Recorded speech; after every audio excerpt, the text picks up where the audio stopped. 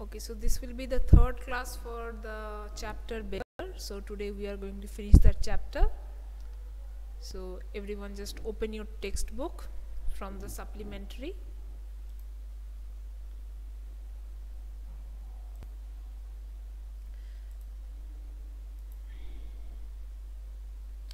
Yes.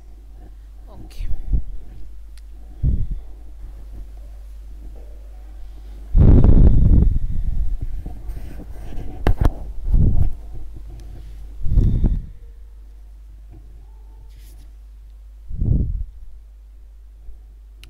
Now what happened? Sargi after 2 years, Sargi, when he was going to book a ticket and he was buying the ticket, he saw one little man beside him and he was also buying tickets with copper coin for the gallery seat.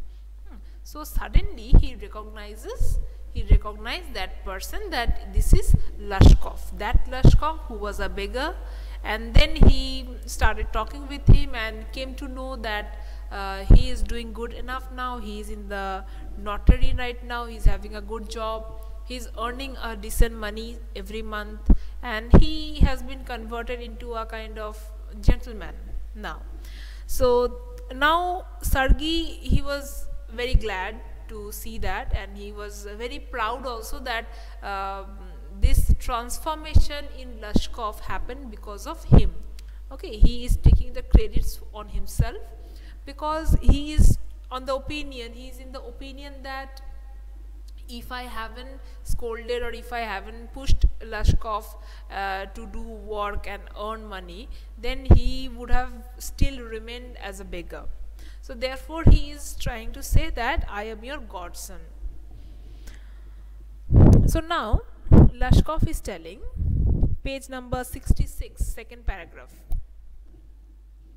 Lashkov says that, "Thank you too," said Lashkov.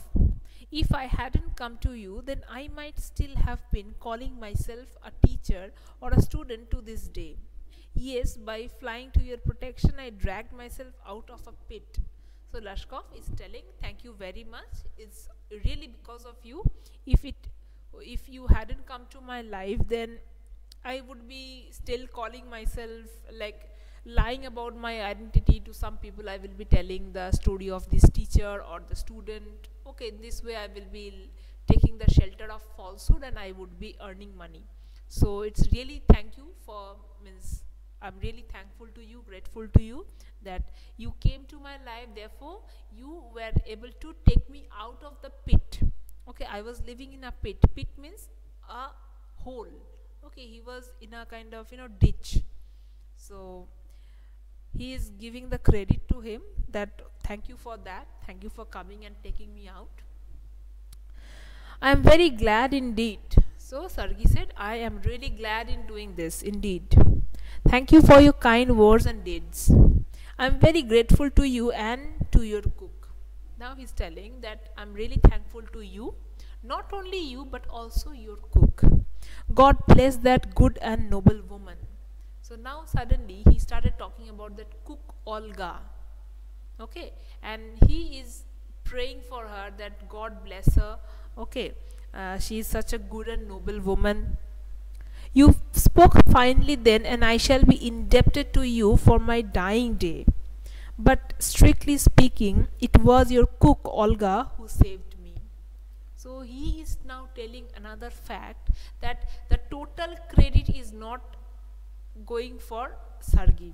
He is truly grateful for Sargi, that Sargi only gave the opportunity, Sargi only made the opportunity for him to come out of that condition, come out of that habit of begging and all.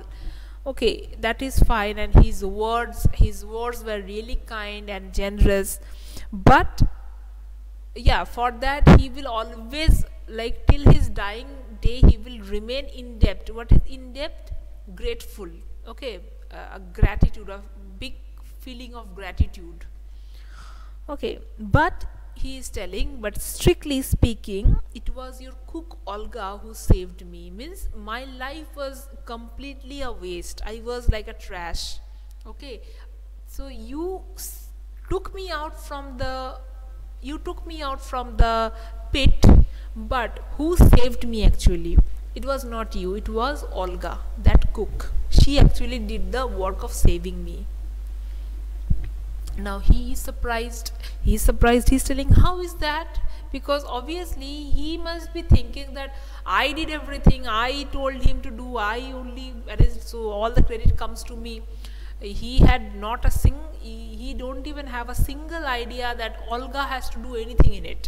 So now when the reference to Olga is coming, he is very much shocked. Okay, no, I haven't taken the attendance yet, so only few were there. So whoever is coming now, joining now, you just type your name and present yourself. Okay. So now he is telling, how is that? He is surprised and he asks, how is that possible? So now he is explaining the true fact, what exactly happened. Okay.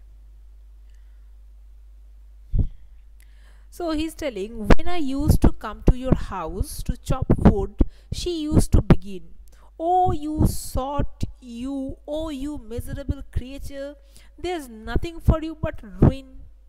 So every day, every time when I used to come to your house to do the work for chopping and all, she will be starting, looking at me, she will be starting with this kind of words that, oh you sot. Sot means you complete trash, you are waste. Okay, a waste creature.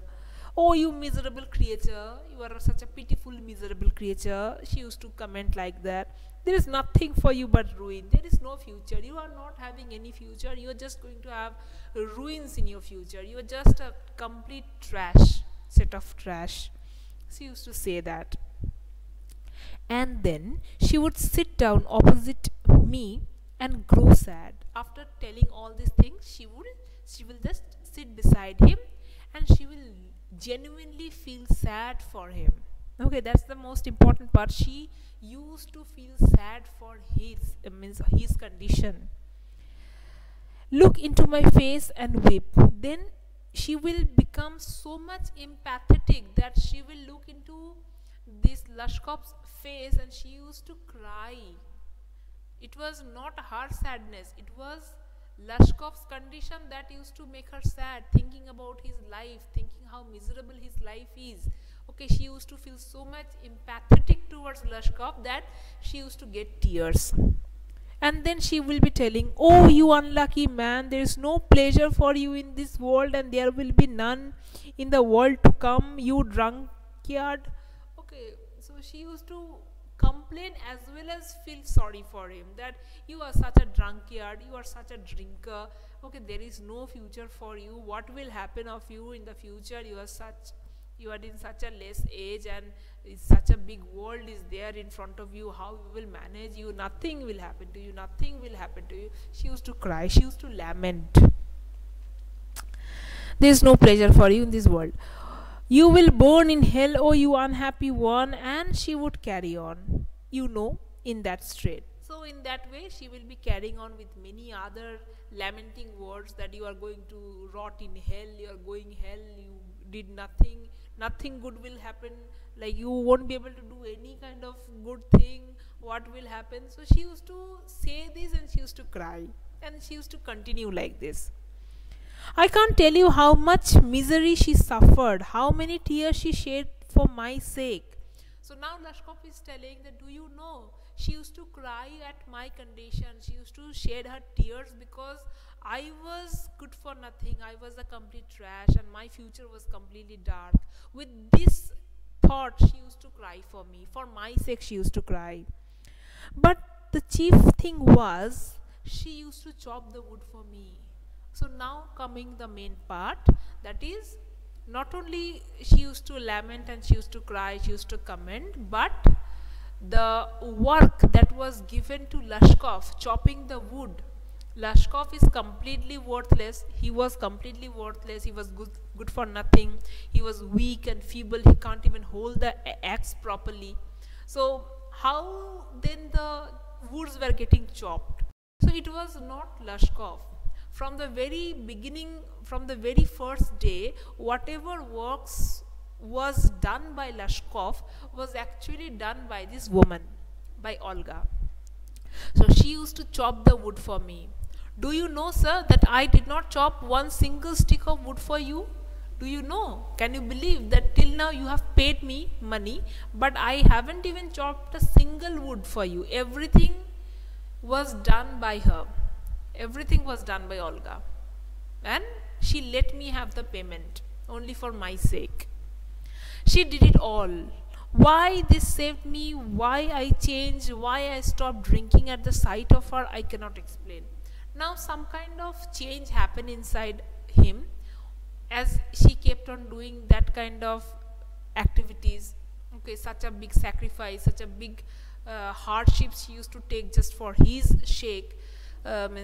And then something happened. So he is not able to explain that exactly what happened, I don't know. How it happened, I don't know. How this thing changed me, I can't explain. Why I stopped drinking, whenever I used to remember her face. So there is a kind of mysterious feeling that happened inside him. Okay, he was not able to go on with his bad habits. Okay, so one change was happening. How it was happening, he just doesn't understand. But everything happened because of her. I only know that owing to her words and noble deeds, a change took place in my heart. So he is confirmed about one thing, that with her words, with those kind of words, and with that kind of sacrificing deed that she used to chop the woods for me, for my sake, so that I can earn money. So this work, okay, this attitude, this behavior of her created a kind of change in his heart and mind.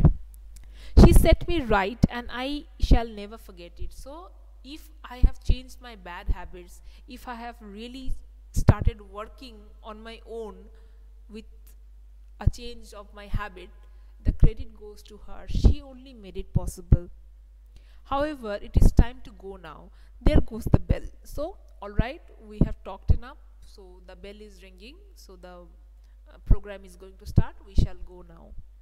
Lashkov bowed and departed to the gallery. So, telling this, Lashkov bowed, a kind of curtsy, and then went to the gallery.